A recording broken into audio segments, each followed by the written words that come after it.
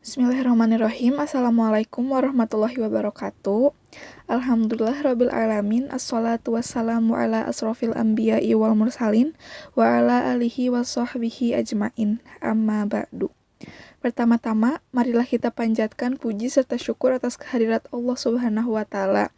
Karena atas berkat serta rahmatnya kita masih diberikan kesehatan sehingga kita masih bisa menjalankan puasa ini.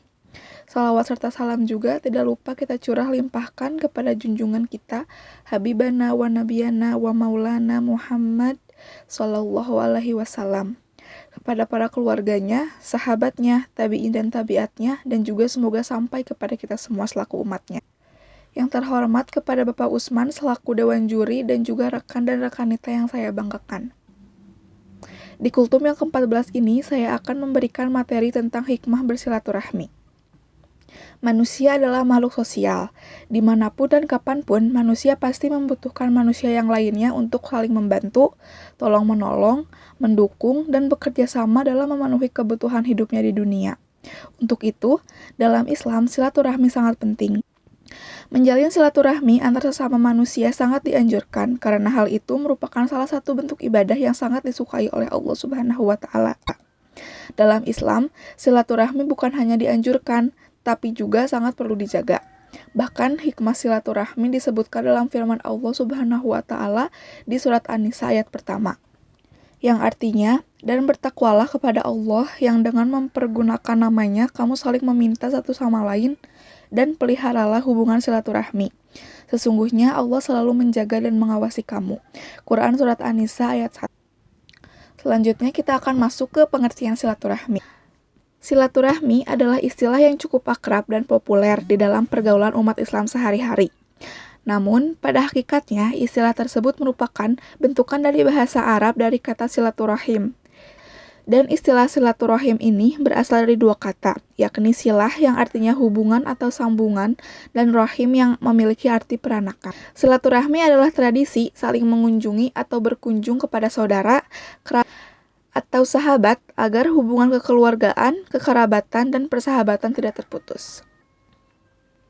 Arti silaturahim secara umum adalah menghubungkan tali kekerabatan atau menghubungkan kasih sayang dengan cara saling berkunjung, terutama terhadap saudara atau anggota keluarga sendiri, bahkan terhadap tetangga atau saudara seiman. Lalu kita akan masuk ke materi pembahasan utama kita, yaitu hikmah bersilaturahmi. Yang pertama adalah membukakan pintu rezeki. Seperti yang telah dijanjikan oleh Allah Subhanahu wa taala, di mana orang yang selalu menjalin silaturahmi antar umat manusia, maka ia akan dipermudahkan dalam segala hal, termasuk dalam hal mendapatkan rezeki. Sebagaimana hadis yang diriwayatkan oleh Bukhari yang artinya dari Ibnu Syihab, dia berkata, telah mengabarkan kepadaku Anas bin Malik bahwa Rasulullah Shallallahu Alaihi Wasallam bersabda, barang siapa ingin lapangkan pintu rezeki untuknya dan dipanjangkan umurnya, hendaknya ia menyambung tali silaturahmi. Yang kedua adalah memperpanjang usia. Selain membukakan pintu rezeki, orang yang suka menjalin hubungan persaudaraan atau silaturahim dengan sesamanya, maka ia akan diperpanjang usianya. Yang ketiga ada memperluas persaudaraan antar sesama. Dengan bersilaturahim, kita bisa saling mengenal dan memperluas persaudaraan. Awalnya kita hanya mengenal satu orang saja, kemudian akan banyak mengenal sahabat-sahabat atau saudara yang lain yang bisa jadi kita tidak kenali sebelumnya. Tanpa silaturahim, tentu hal itu akan sulit terjadi. Kita tidak akan mengenal keluarga, sahabat, dan juga yang lainnya. Padahal semua umat Islam adalah saudara.